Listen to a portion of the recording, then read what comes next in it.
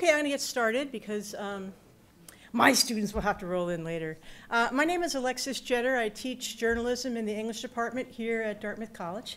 And I am very honored today to be introducing Lisa Lerer of the Associated Press and currently a fellow at the Nieman Institute at Harvard. She's a Nieman Fellow this year. And she will tell you what she's working on, which is actually separate from the topic tonight, which she just rolled off her own experience and her own interest. So I want to start by thanking the Nossiter family. This is a Nossiter, Bernard Nossiter lecture. Bernard Nossiter was a very respected, brilliant journalist. He actually was a Dartmouth graduate in 1947. And his family set up this fund at Dartmouth to bring a Nieman Fellow from Harvard every year. And what they do is they take journalists like Lisa, who are already quite accomplished in the field, but need some time off, to work on some special project that the daily deadline doesn't allow you to pursue, and also two small children, who I trust you're not running away from. But at any rate, they give them a year at Dartmouth. You can talk about, not at Dartmouth, at Harvard. They can take courses in any department they want, and it's sort of a 1 year, I wouldn't call it a vacation, but a working happy time away from deadlines, but not away from what's driving your interest and driving the news. So thank you to Bernard Nossiter and his family, one of whom is Adam Nossiter. You probably know his name from reading the New York Times, a remarkable foreign correspondent. Sorry. So a little bit about Lisa, and again, she can tell you more about herself. She is the national or a national political reporter for the Associated Press. She's currently a Nieman Fellow at Harvard. Tonight's talk is going to be about the surge of women across the country, mostly Democrats, but also Republicans who are running in the wake of the Trump victory, and she'll be helping to sort of pull the threads and all that and help us figure out what's going on. She calls it a second suffrage. She is a national political reporter at the Associated Press, where she was a lead reporter covering the 2016 U.S. presidential race and its aftermath. She's reported in Washington for 10 years, covering the White House, elections, Congress, for the Associated Press, and before that for Politico, Business Week, and Bloomberg News. Her work has been published in the Wall Street Journal, a host of other places. She's appeared regularly on PBS's Washington Week, CNN's Inside Politics, and Fox News Sunday, which I'd love to hear about, and NPR. And she has reported from 45 of the 50 US states. So since I'm a little mischievous, oh wait, those are your remarks. That wouldn't be a good idea. I wanted to talk a little bit about your work, since I've been sort of reading up on it since I knew you were coming to campus, and look at that luck. And I know she was coming to my class tomorrow morning. So I want to talk a little bit about what's fun about reading Lisa Lerer's stuff.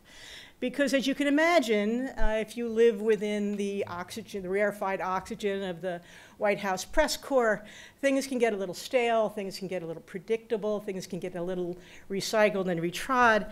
And what I like about Lisa's work is that she has an eye for the quirky, revealing moments that say so much about a politician or about the way we look at politicians. And here's one from the Hillary Clinton campaign trail in August 2016, which you may have heard about.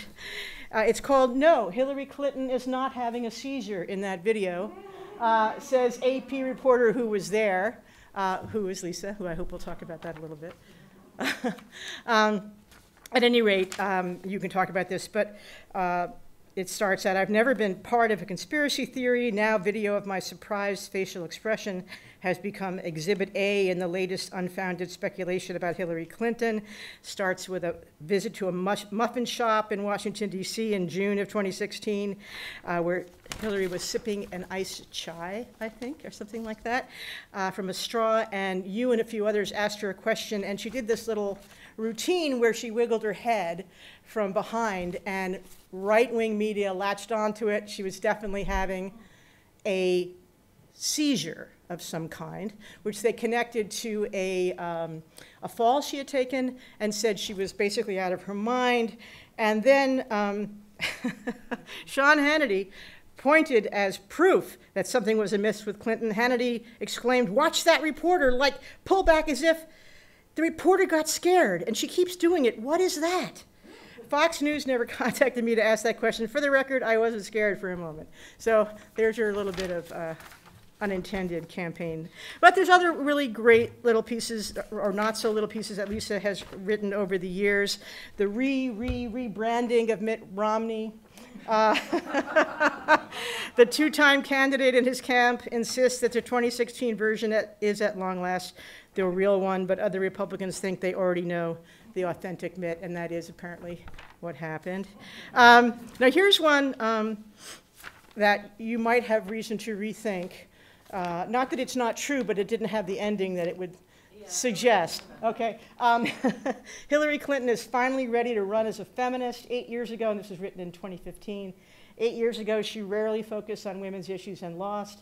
Now the women who would help Clinton break barriers as the first to win a major party's nomination are embracing her gender like never before, which is sort of true, but it is also true that most white women anyway voted for Trump. So that'll be interesting to sort of do a postpartum on. Yeah.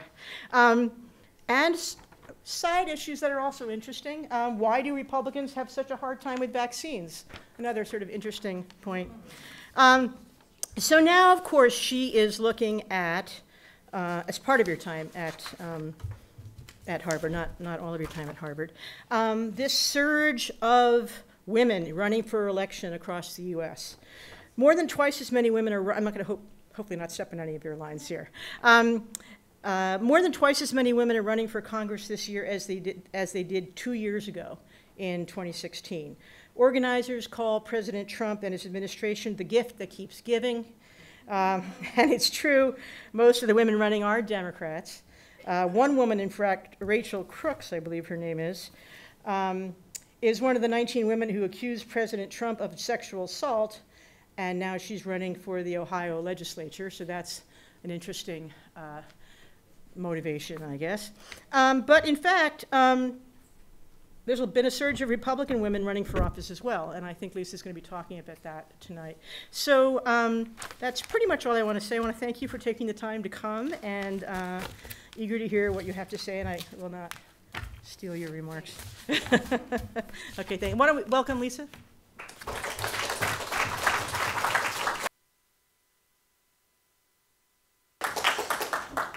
Thanks so much for having me. It felt like a little bit of an episode of This Is Your Life, you know, pulling up these old articles. But it's a real honor to be giving this talk and join the long line of Nieman Fellows who've come to Dartmouth.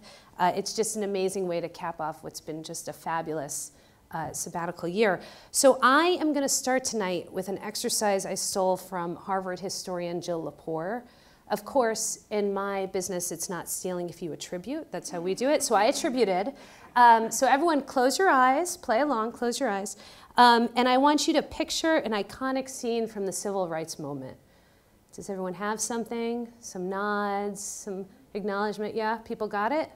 Okay, it seems like pretty much a lot of nods. That you can open them. You can open your eyes. A lot of nods in the audience. It seems like we have a lot of A+ students of American history here.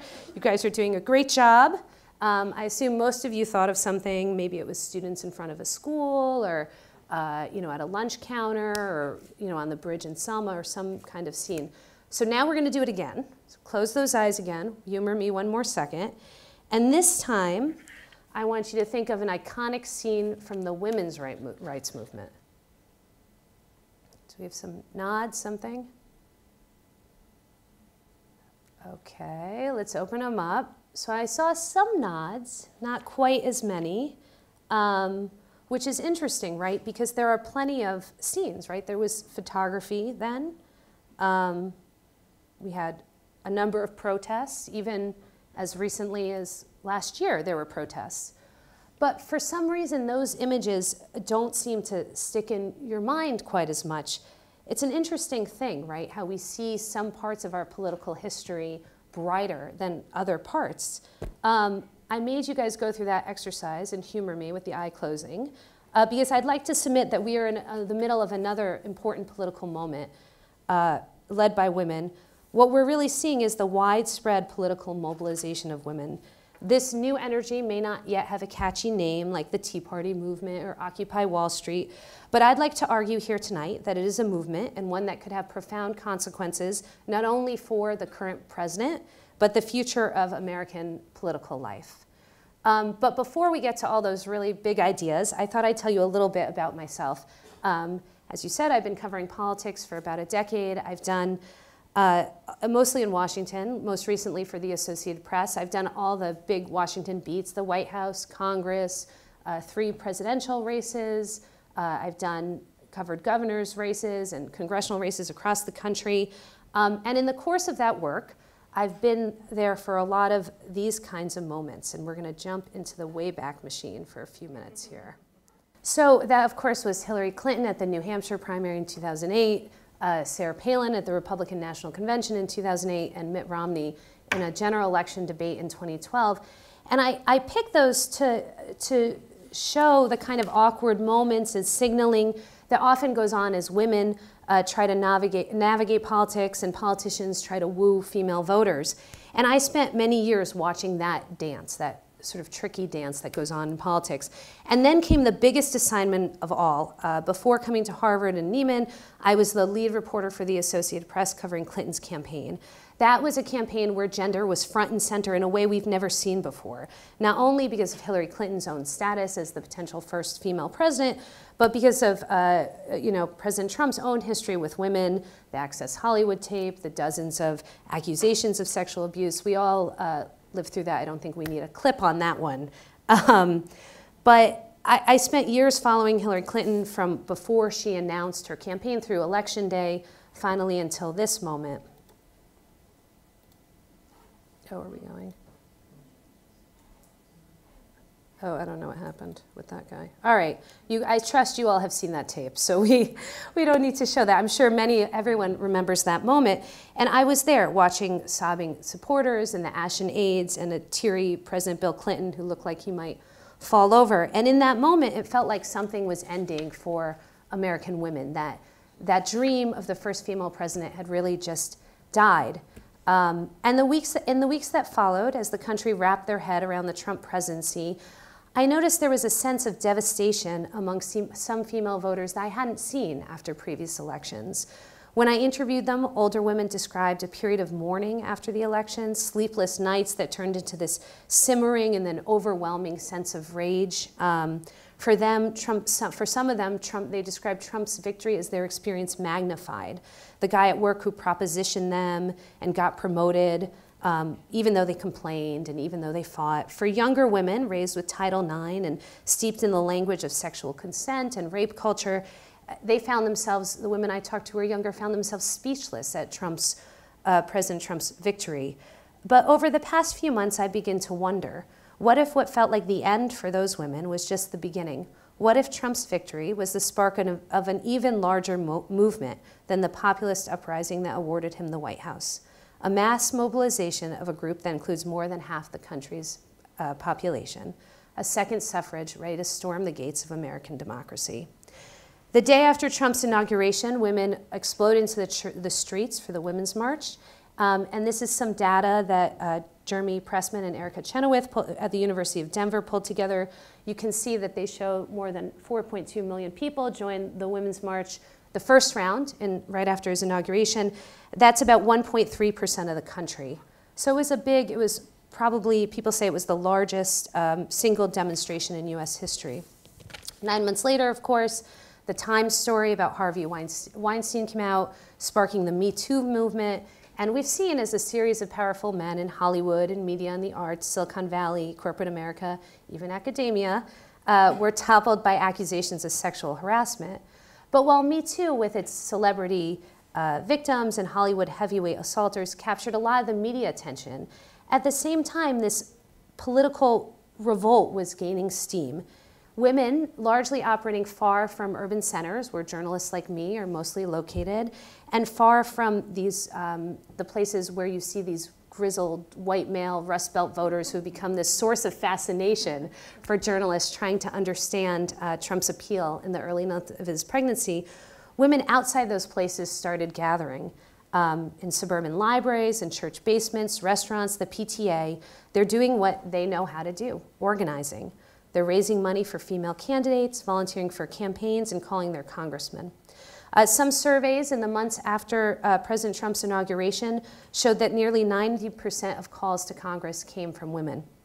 After the election, organizations that recruit and train women for office reported an unprecedented surge in their programs. At the end of the Obama administration, 900 women or so contacted Emily's List, which recruits and trains pro-choice Democratic women for office. That's 2016. Since President Trump's election, more than 26,000 women reached out about launching a campaign. So I pulled the numbers here. So this is how many candidates we've seen, women candidates, for Senate and House in previous years. So now let me give you the current numbers so you can see what a big increase this is. So this year, 476 women are planning to run for or ran for the House, since we've, of course, already had some primaries. 54 are running or ran for the Senate, so that's 66% higher than in 12, which you can see is the peak. And we don't have these numbers, but 74 are running or ran for governor. And that's a particularly interesting figure because research shows that women typically shy away from executive positions. The previous high there was 10. So this is a big increase, and this data comes from the Center for American Women in Politics at Rutgers, which is really an amazing clearinghouse for this kind of information. I think it's important to say that there's a lot of comparisons to what's happening with women in politics to the Tea Party, but this isn't really it's like the Tea Party in some ways, but in others it's not. The Tea Party, of course, was very ideological, very anti-government. These women, the driving belief seems to be faith in democratic norms and a desire to establish strong, transparent government. It's also important to know, as you pointed out in the introduction, this is a big D democratic movement. You can see in this graph, there's a record number of, this is, I think, slightly off. There is a record number of Republican women running. I don't know what, sorry, that's a slide mistake. But more than 3/4 of the candidates are Democrats. It's overwhelmingly Democratic. Political scientist Professor Theda Skopal at Harvard, who is known for her research, among other things, on the Tea Party movement. She's now looking at the so-called democratic resistance. She found that 70% of the people involved with that are women. They're largely college-educated, fairly affluent, mostly white. And even more significantly, the leadership of this wide constellation of left-wing groups that sprang up to combat the Trump administration, like Indivisible, Swing Left, Sister District, is overwhelmingly female. Women's role in the Democratic Party and in these groups is particularly interesting because they're really getting involved in politics at a low point for the Democratic Party. During the Obama administration, Democrats lost more than 1,000 seats in state legislatures, governors' mansions, and Congress. A year and a half later, the Washington Post polled, so this is in July 2017, the Washington Post poll found that only 37% of registered voters believed the Democratic Party stood for something. A majority said it just opposed Trump. So this is a party that's looking for its direction, that's trying to find its way. And while the National Party is struggling to find a message that connects with voters beyond just opposing Trump, which may be enough in the midterms, we have to see, these women are jumping into races and they're running for office with or without the party's official support. So that means as the party moves forward, they're likely to play a key role in shaping what Democrats stand for. The pink wave, as some people call it, is populated by a number of women with thin political backgrounds. In that way, it's like the Tea Party movement, which sent a large animal veterinarian, an auctioneer, dentists, and other kind of first-time politicians to Congress. If elected, many of these women would be historic firsts. The first woman in same-sex marriage elected to Congress, the youngest woman ever elected to Congress, the first Native American congresswoman, to name a few. And they also come at a time when women's progress into elected office has essentially stalled at 20%. As you can see here, so this doesn't break it out, but women make up 23% of the Senate, 19% of the House, and you can see the other numbers there. You can also see that we haven't seen so much movement in those percentages in recent elections. And I think it is a reasonable question to ask whether there is something uniquely American about concerns about women in leadership. The US ranks 104th in the world for women's representation in politics, according to data compiled by the Interparliamentary Union. I couldn't fit that on a slide because we're so far down that I couldn't get all the countries in. But I'll tell you, that places us around Indonesia, Kyrgyzstan, and slightly below Saudi Arabia, where, as I'm sure you all know, women are in a guardianship system. So I've thought about why that is, and I do think there's something that goes on when we talk about, in American politics, when we talk about women, a sense that whenever women get involved, their entrance is something new, a novelty act, kind of. So during the 2016 election, President Obama was fond of praising Secretary Clinton like this. So that's, of course, a compliment, right? He's saying it to try to promote Hillary Clinton, to compliment her, but it does make her inherently sort of into this oddity, like, wow, that monkey sure can dance, and in such great stilettos, you know? In fact, American women have shaped our politics and our parties since the beginning of the country, decades, long before they won the right to vote. The Democratic National Committee formed a women's division in 1917, the Republican National Committee in 1918. Throughout the early 20th century, women pushed for labor laws, prison reform, temperance. Populist housewives during the Great Depression combated evictions and pushed for the New Deal. Conservative female activists in the 1950s reshaped the Republican Party. And that was all decades before the start of second wave feminism, what most people know as the women's movement in the 1960s and 70s. Here's an ad that you can't read it, but it ran in the Atlantic magazine before the 1960 election. It's for S&H stamps, which is like a stamp you could redeem for products that maybe some of you guys in the audience remember. And it talks about how more women will vote than men in the 1960 election. They got it almost right. The number of female voters has exceeded the number of male voters in every presidential election since 1964. So the problem is not that women haven't been involved in American politics and party building. It's that in daily reporting, scholarship, political science, their involvement wasn't really deemed more than a novelty in a lot of cases. That's a problem with lingering effects. It leaves female candidates operating with really limited political tradition and few touchstones for voters when they are out there campaigning. Think about how we talk about female voters, right? There's the soccer mom of the 1990s, became the security mom of the 2000s, the Walmart mom of the 2010s, and dads just kind of vote, you know? I think that kind of analysis extends to political ideologies. Occupy Wall Street is a political movement, the Tea Party is a political movement, but these women standing up to the Trump administration are sort of just the latest brand of suburban soccer moms. We're not covering them in the same way, we meaning the media, that we covered these other movements. But whether we think about them as a movement or not, what is clear is that the influx of female candidates is overturning decades of research into female political participation. Again and again, political scientists have found that women have lower political ambition than men. They're less likely to run for office unless they're specifically recruited by the party, a community group, someone else in the community, an elected official. They're less likely to think they're qualified to run. They're more risk adverse, and politics requires like a whole lot of risk taking, of course. And they tend to wait until they're older, after their children are grown. So think of basically most of the female politicians, with the exception of Kirsten Gillibrand, who I just learned is a Dartmouth alum, so I'll make sure to mention her. But, Nancy Pelosi or Hillary Clinton, Elizabeth Dole, their kids were all out of the house. All of a sudden, those rules no longer seem to apply.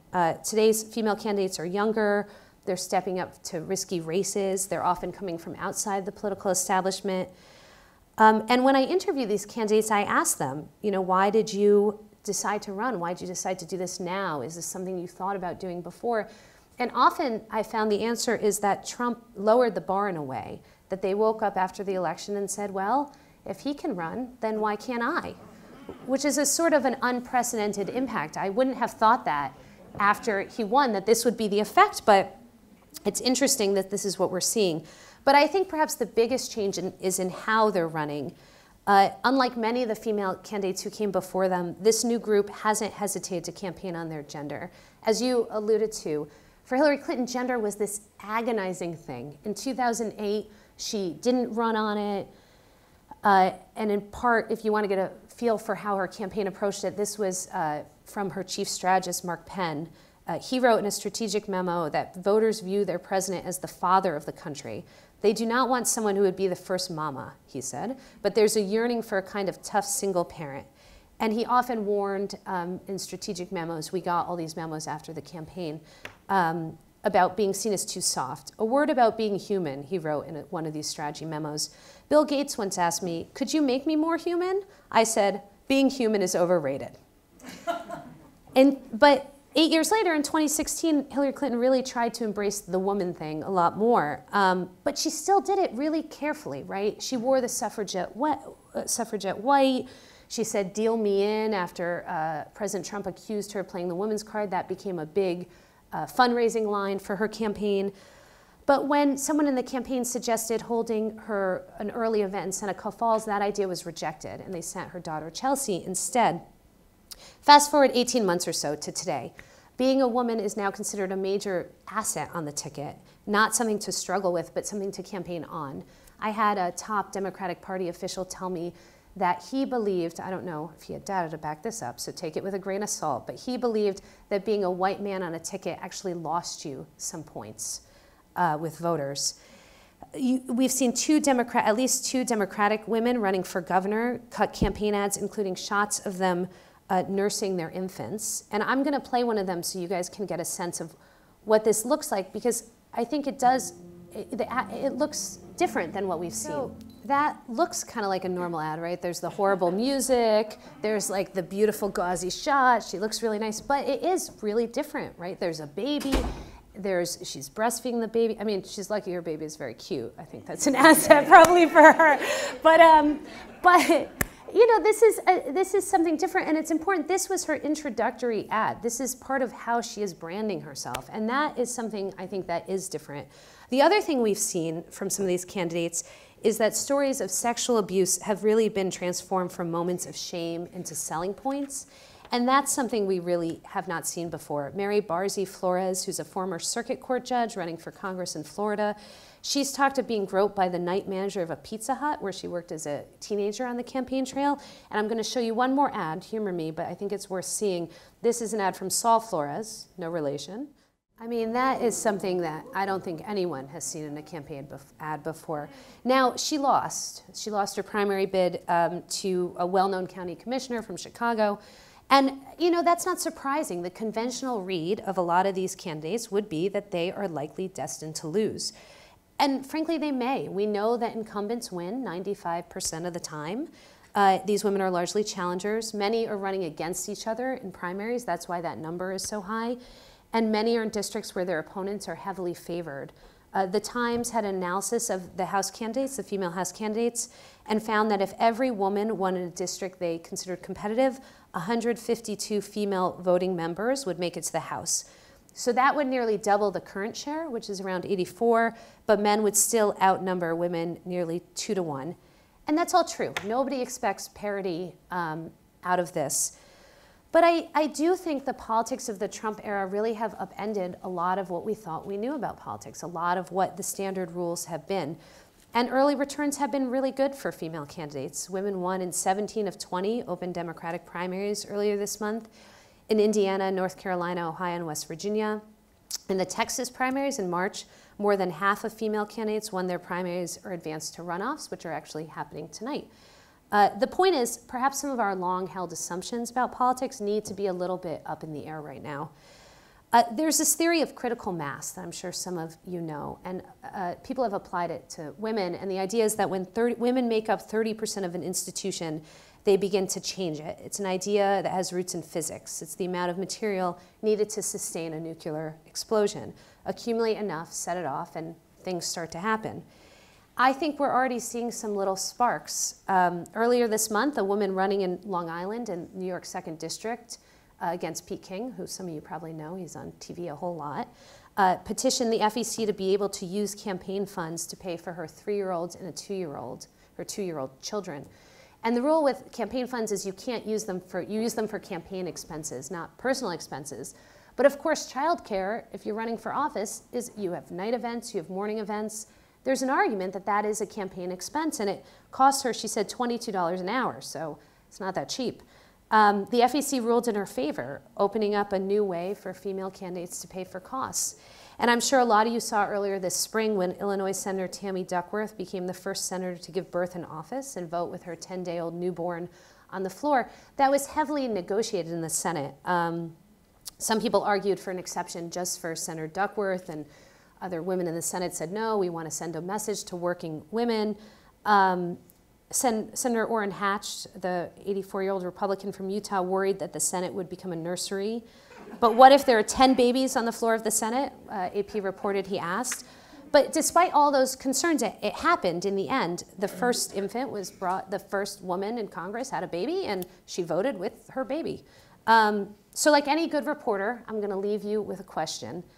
What would Congress look like? What would government look like if women made up 30 or 40% or even more? Perhaps we'll find out the answer soon, sooner than we thought. Thank you so much for listening. I'm eager to take your questions about women in politics, covering politics, this crazy moment. The floor is yours. I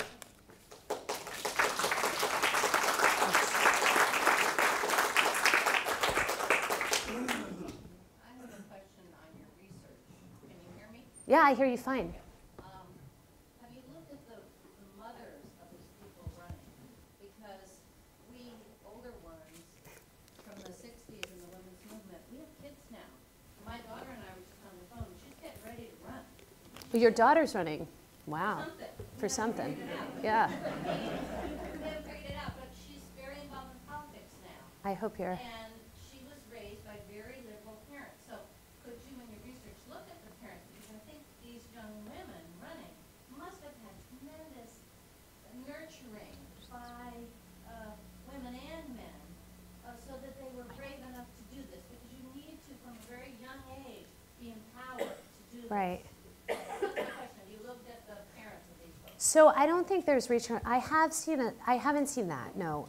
It would be interesting to look at. I hope you're ready to help out because it could end up being a lot of work for you. What? Yeah. Oh, yeah. You better be ready for some childcare. Although she can expense it, I guess. Right. That's what we. Yeah. But there has been some research on when you see a decline in female political ambition. And it's largely in college, actually, is when that drops off a little bit more. And there's a lot of reasons people have for that. But I don't think there's been some look at that. But of course, family, environment, that all plays into it. There's also really interesting data that shows women who play sports are more likely to run and go into leadership. I don't know if your daughter was a sports person. Oh, yeah. So, and there's the theory on that, or that they think, is that they're more comfortable with competition. So that's kind of interesting too, but I don't know that anyone's, but it would be interesting for sure. Yeah. So your message is so uplifting. I don't know if it's a, yeah. You want me to use it? Okay. Thank you. Oh. I'm inspired by you. Oh, I'm thanks. a little stuck on something that you said Right. 20 minutes ago, which is that I didn't know. More than half of white women voted for Trump. So the whole time that you've been Right, talking, you're thinking, right. I've had that rumbling around in my brain. So what is that? How do we what's going square on? those things? Is there, because I think I was one of those women that you described who found themselves just so depressed, so Right. in complete shock at what had happened with Trump winning. Right. I can't get my head around. Is there just this incredible misogyny that is kind of right under the surface?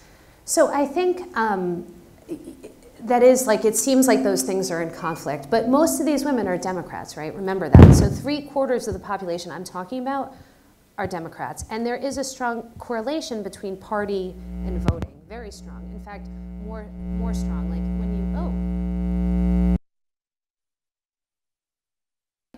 oh, okay.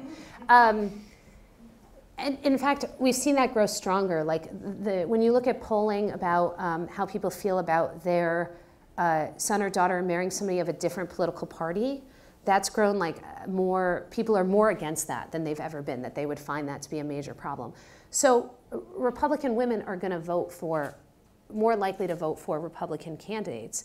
But I still think, that all being said, I don't think the two things are necessarily in conflict, right? You can have women that voted for Trump, and you can also have a whole lot more women jumping in to run, if that makes sense, right? Both those things can simultaneously be true. Women don't vote as a bloc. They're not a monolith. And one of the interesting things about these midterms will be, one of the candidates told me when she decided to jump in the race, and she was someone who didn't have political experience running. She had worked in government, but a non-political role. An older woman in the community who had been involved in politics for many years said, well, and she said, okay, so who's going to vote for you? And this woman's a veteran. So she said, well, vets, you know, women, I forget who else she said. But she said, and the woman told her, forget about the women. They're not going to vote on you. You can't count on them to vote for you. And you know, I've been doing this a long time, and you can't count on the women to turn out. And so one of the interesting things will be to see if that's changing. We have seen an uptick in voter registration among young people, like high school students, which is interesting because of the Times just had a really good story on that in swing states because of the school shooting. So we'll have to see how this plays out with women. But I think you can have women voting for Trump and more women running. They're kind of, they feel connected, but they're kind of different in a way, you know? Yes? I don't think in regards to women voting for Trump, I don't think it's just a gender thing. I think I did a lot of pre-election campaigning, Yeah. and I'd see really intelligent women and say, well, I'm either going to vote for Trump or Bernie. And Right, I think that, that's a good the non-establishment aspect of Trump played into a lot of women's votes. Yeah, and people often ask me, because I covered Clinton, how'd she lose? And it's just complicated, right? There's like a lot of factors there. There's all the, you know, I think it's not, my theory on it is it's not the most qualified person who becomes president. It's the person who meets the moment. And it was a very anti-establishment moment. And she is the establishment. And then you have all the baggage with her. You can't untangle that stuff from the 90s and her husband. And then you have, she's not the world's best campaigner. And so it's hard to separate out why a lot of those things, why people vote, you know, the way they do in such a clear way, you know. Yeah. Hi, do I need to have a microphone or? Yeah, just give it to the student. So, sorry. Oh, sorry. Go ahead.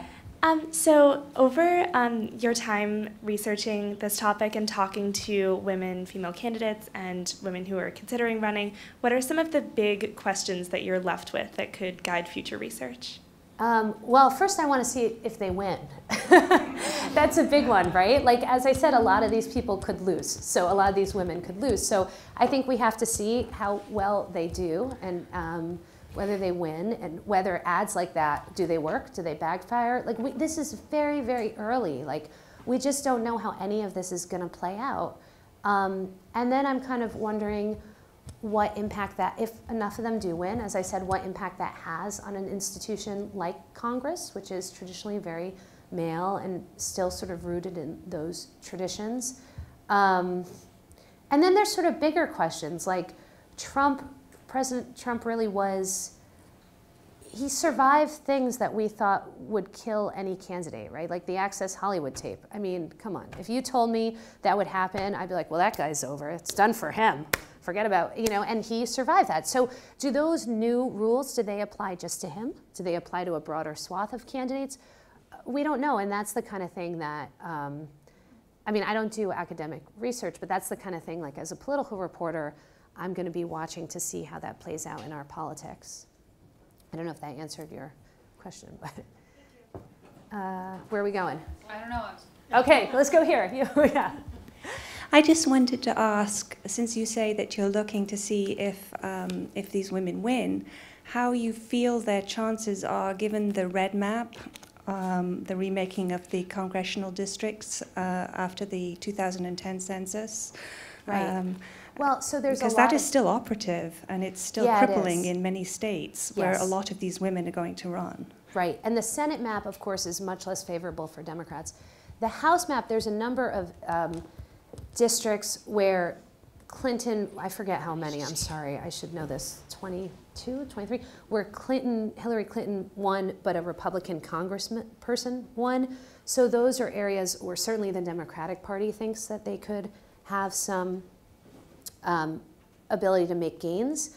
A lot of those, and then there's like sort of conservative suburban districts, particularly coastal ones like in California and New Jersey, that are bearing the brunt of the tax law, which of course hurts people in those high state tax states more, where they think they can make inroads. But you know, I think the prevailing wisdom in Washington right now is that Democrats could win the House and that the Senate will be a heavier lift. But I am definitely out of the predictions business after 2016. Oh my gosh. And I feel like right now everything's happening so quickly and you don't really know what the next thing is going to be. I mean, I don't know how you guys feel, but I feel like every news cycle is like, I don't know, 10 years long.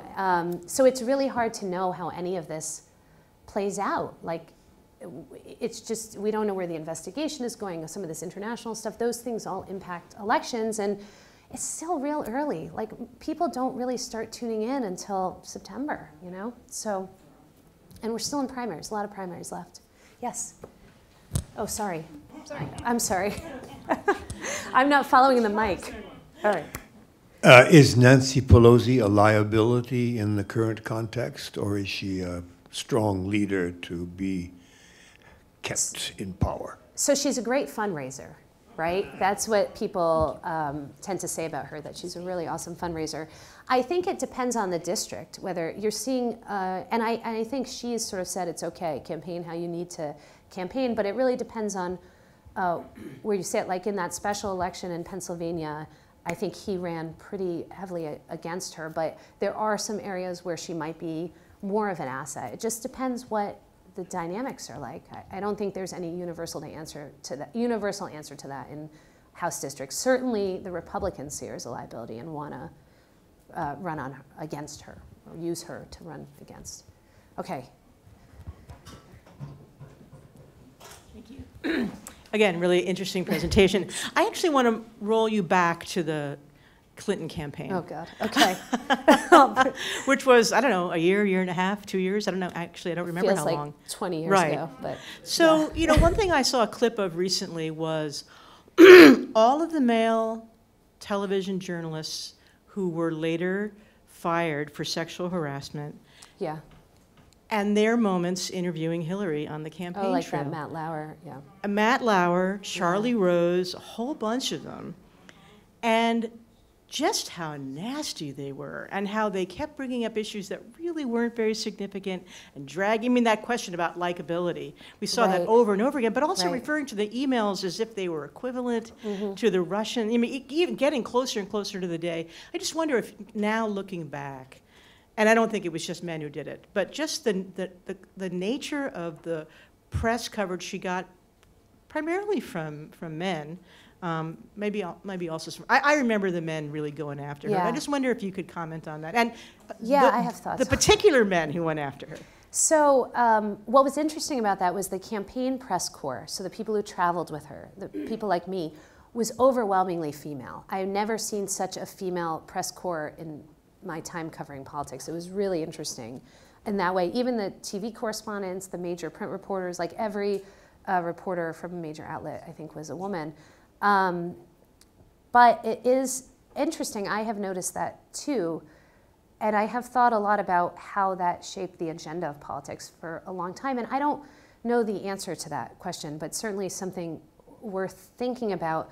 I think with the Clintons, some of the people who covered them for a very long time, right, like 20 years. So, like, I'm sure Matt Lerer has been interviewing them. I don't know. I never spoke to him about it. And Charlie Rose, those guys have been interviewing Hillary and Bill Clinton for, what, since, like, 1990? When he started being a... And so there's a lot of stuff, like, built up there. They followed this whole thing through, and I think that's part of it. In terms of sexism, I think 2016 was way better than 2008.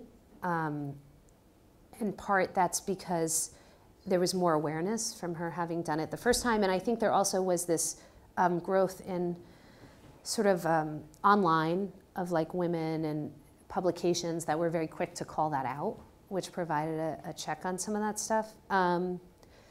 But yeah, it's an interesting thing to think about how those guys shaped the agenda and that nexus between Me Too and our coverage. Because I definitely noticed that. I remember covering that Matt Lauer, I think it was a town hall, right? Mm-hmm. And we were taken aback by the difference in the questioning, and I think we mentioned it. They were sitting on benches. Yeah, and they just asked her, like, the tone was very different with her than with him.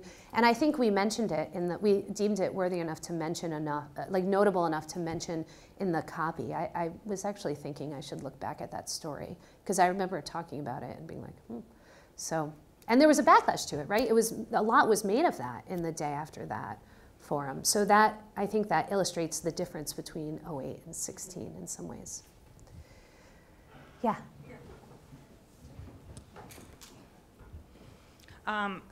First of all, comment, well, thank you so much for being here, but a quick comment. I don't know if anybody has noticed, but Toyota has been doing a lot of ads with a woman spokesperson. Oh, I haven't. And now she's pregnant. And The she's still doing the ads. Yeah. And she's definitely showing. It is not, and they're showing her whole body. So it's a really interesting development. I mean, that would never have happened in the past, and for a major commercial company to do that.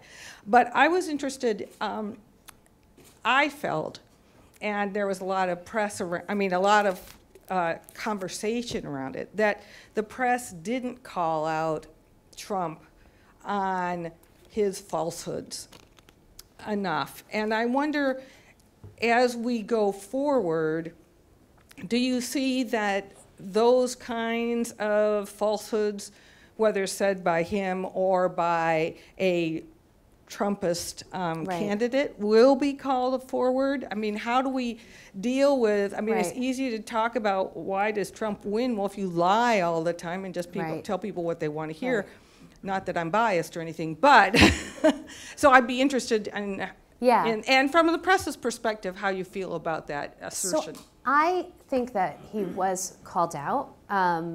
So first of all, I think you have to differentiate between cable news and print, and media is not all the same, right? So certainly calls were made that in hindsight, like when cable news just let them run forever, uninterrupted, like that was probably not the best choice. But I think he was called, I mean, we called him out in headlines. We would say, like, he'd make a claim and the next sentence would be, this is not true because blah, blah, blah. I've seen in the chyrons, like at the bottom of the CNN screen, it'll say like Trump says blank, comma, not true. So I think the press has gotten a lot more aggressive about that. And there's, the Times had a big spread about all his lies. Everyone's tracking them. The Post said it's more than 3,000 lies. So I think people are doing it. The question is whether anyone cares. And that's outside my, it's like the Access Hollywood tape. I mean, I do not think there was anyone in the country. I would love to find the person in the country that did not hear that tape, because like, it was not possible, right? It was wall to wall. It was so much coverage that I remember I called my mom, who loves cable news, and I said, maybe we could not play that around my 3-year-old, because I don't want her repeating that stuff at preschool, But it was so much coverage, and it didn't, people voted for him. So I don't think it's that the media is not calling him out. I think that that we are. I'm just not sure. And there's a lot of reasons for that, right? I mean, people are getting news sources from sort of buckets of, they hear the news they want to hear. Everyone sort of lives in their own echo chamber, in part because there's so many outlets, and in part because of how social media works. So I think there's a lot of reasons for why it may seem like people don't care about that, but I think the media is calling him out on it, Yeah. Hi. So I was wondering if you've had any sort of regional analysis in your research, because I mean, here in New Hampshire, we have the only all-female, all-Democratic congressional delegation. Do you think there are any lessons to be learned here that can be applied around the country as women start running more and more? Yeah, it's interesting, right? I know that about New Hampshire. I haven't really looked into that, but it is an interesting question. There are some, yeah, I just haven't looked into that very much, but I know that in New Hampshire, it's, being a woman on the ticket has been an asset for a while. Where else are we? Oh. There, no. I just wondered if you have any figures on women who are shaping politics but not running it since the Women's March. Right. I know that I'm a founding member of an advocacy group right. Doing issue-based advocacy in Montpelier right now, but none of us are running for office, but we're trying to shape the state political process. So I have to admit that I don't have them with me, but there has been some research done on that, and there's been a sociologist at the University of Maryland looked at the women who were involved in the march and whether it was like a one-off thing or they continued, and a pretty large percentage of the people who got involved with that march ended up, went to a town hall, called their member of Congress, got involved with a group. So what's interesting is that we are seeing that activism translate into other things. So I'm sorry, I don't have the numbers with me, but there definitely is more women getting involved in a lot of these organizations, and there was a number of spin-off groups from the Women's March that started, and I know, having interviewed some candidates that came out of that, local city council level kind of candidates, that's definitely something that's happening for sure. Great, thank you. Yeah. But you should look up this woman's stuff. Dana Fisher, I think her name is, at the University of Maryland, and she's done some of that data, and it's interesting. Yeah. Yeah. Hi. Also, I want to give my thanks for a very fine talk, and thank you. Brought me to an interesting kind of a tormented question. It has to do with identity, gender identity, and foreign and domestic policy for a president or a American political candidate, and that is, I do think that because it's a stereotype, because it's a long-term legacy of gender stereotyping, I don't know, but I think, and the ads that you showed emphasize it very much, which is women have a certain kind of spontaneous, genuine care factor that comes through in various ways, including kind of like easily propagandized ads with little babies and this kind of stuff. Right. But we're at a moment where you can say caring and sharing are part of Americans stepping outside their identity silos, which Obama had to do. He didn't play the black card a lot. Hillary didn't play the female card a lot. We have lots of identity politics, and now we're playing it with the grizzled old white men. Whatever happened to them, lost in the identity shuffle. And now we're at this point in our politics where we are concerned about the balance between caring, competitiveness, American greatness, American power, and Trump. I don't know. Okay, so like Barnamism, posturing, outright lying, no end of it. But a lot of people are wondering, including John McCain, who's dying. But if to put a point on it, if John McCain was living up to what he's putting into his last posthumous book, if he had wanted all those great things for America, he'd be joining the blue wave and saying, vote for this. This is what would make America come back to being something of what it was when it was great. Right. But anyway, to put the point in, I feel like a lot of people feel like America's in a very difficult spot competitively with the Chinese, now with the Russians, with the Europeans too. But domestically, we're having a sort of, we've got a compassion deficit that's been going back for 30 years. So how do you balance, so to speak, the female-male quotient? The female factor is more, and Hillary had to do this. She had to be very tough in foreign policy, but she wanted a more equitable society with more, government involvement in benefits and how does any candidate try to balance that particular polarity of domestic return to American values of equity, equality of opportunity, and this sense of America's on the verge of some incredible competitive wave, and we're losing our greatness there. So, okay, so a few things. So first of all, I think identity politics are American politics, right? When people talk about that, like Trump did identity politics, all candidates end up doing, right? He did identity politics, like white men are an identity too, you know? So it's all, everyone's doing some version of Tammany Hall, identity politics. Everybody's doing some version of identity politics. But in terms of, so I don't think that's new, right? I think it's new to have her like feeding the baby in the ad and the baby all over the place, right? That's now seen as an asset when traditionally women candidates were told they had to run is really tough and not show the baby at all.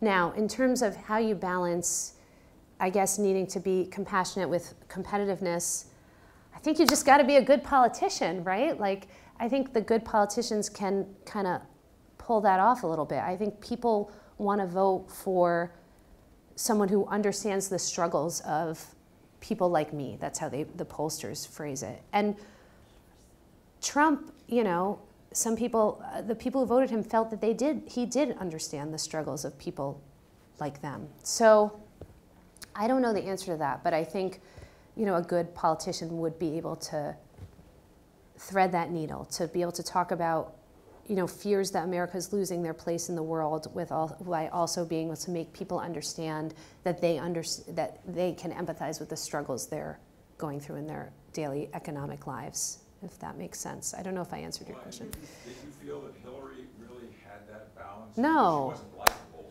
What? Obama did. Obama did. Yeah, I don't think Hillary, and when you ask people, did she understand the struggles of people like me? She didn't. I mean, she really struggled with that. She was not, I don't think anyone would argue she was the world's best candidate. She was not by any means. I think it was a big, she had a hard time being relatable. I mean, the thing people always tell you about Hillary is all the people who know her would say, no, she's great. You just have to see the Hillary I know, right? And it doesn't matter if she's not, if she wants to win the presidency, she has to do that, you know, in public forums. And she's always struggled with that. And, you know, she struggled with it again. And I think you could put that in the bucket of many reasons why, you know, she didn't win the election. There's a lot of things, and that's certainly one of them, for sure. Again, thank you for your hopefulness. I think we have the numbers on our side, and I'd like that goal not to be 30 or 40, but 51%, okay, as a real goal. One of the things I feel is very hopeful. I think it's a very hopeful time because we're talking about all these things and because more and more people are becoming involved.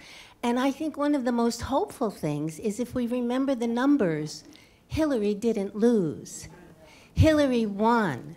And so just if we look at numbers, if we start from there and stop branding her as a loser, and pointing out that she really had more votes, and she perhaps did it with a little more integrity than the other side, we can start from a more hopeful place and maybe get to that very hopeful place sooner. I think you guys all might be cursing me after the midterms, because I mean, I'm saying, like, don't, you know, a lot of these people could lose. A lot of these women could lose. So don't. I feel like I'm. Right, that's sort of my. I mean, we have to build on this. It's also something we haven't seen before. It is a change in American politics, and in that way, I think it's worthy of examination. You know, that's sort of where I'm coming from. Yeah. I'm just wondering, so in the ads you showed us, obviously these women are running on a much more gendered platform, more family-oriented. Are you also seeing women running on a more traditional, like less gender-focused, like more like Hillary? And do you think that there's sort of a need to embrace the gender aspect because they can't really be successful when they try to sort of play down their gender? Yeah, so a lot of there's actually an unprecedented number of female military veterans running. So they're running different. I showed those ads because they were really something that I hadn't seen before, right? And we're talking about gender. But there's certainly a lot of female candidates who are not running ads like that, right? And they're running, and the women who are veterans, they're running a lot of ads on being veterans and on military readiness and protecting the country and the kinds of things you see from candidates who are vets. So I do think there's a lot of different ways in which women are running, but I found those examples, which are happening, like it's not like those are the only two people doing that, but I found those interesting because you just really didn't see that before. So that's why I sort of surfaced them. But a lot of people are running in different ways, for sure. I don't want to take it away from anybody who hasn't. Does anyone have a question who hasn't asked? Yeah, he's back here. There's a guy.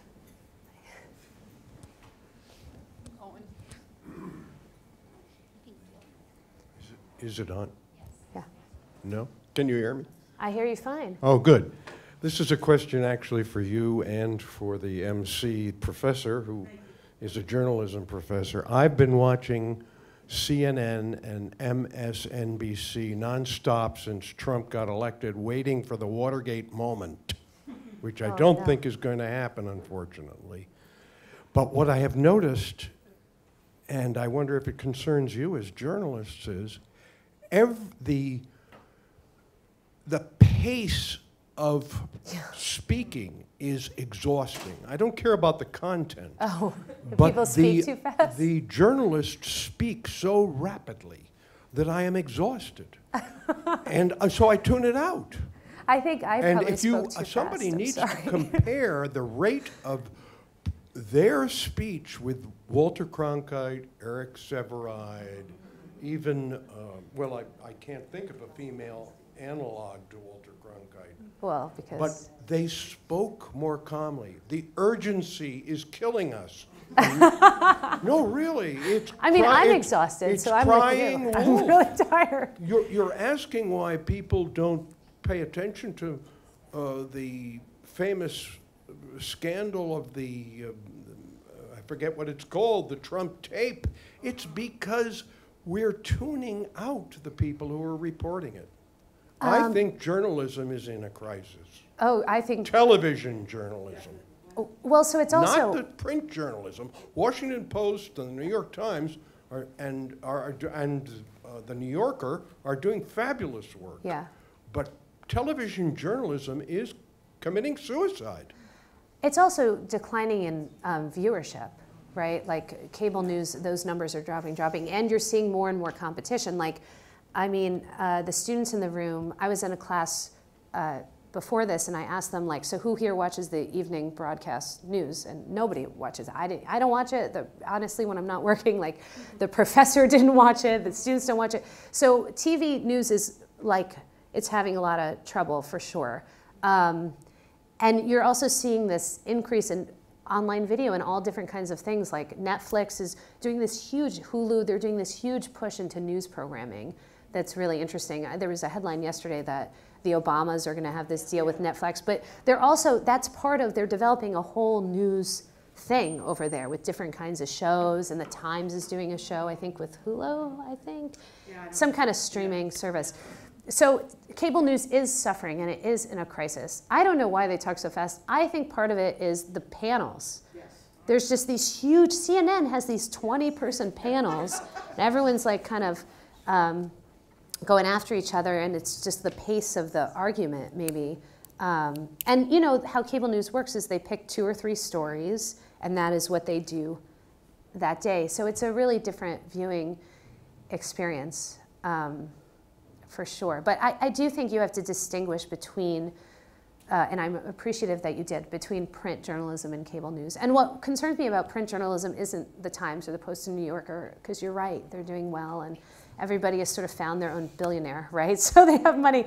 But it's local. I mean, these local outlets are really just dying. These local papers have been decimated, and there is a lot of things happening at the local level that are not getting the kind of scrutiny that they need to be getting in city government, in state governments, just in the community, right? That I think is, that's really problematic. And then so people are all getting their news from, you know, CNN or MSNBC or Fox News or whatever your personal preference is. Or Sinclair, and of course they are. Right, or Sinclair. That's a really good point. So I don't know if you have anything to add to that. Yeah.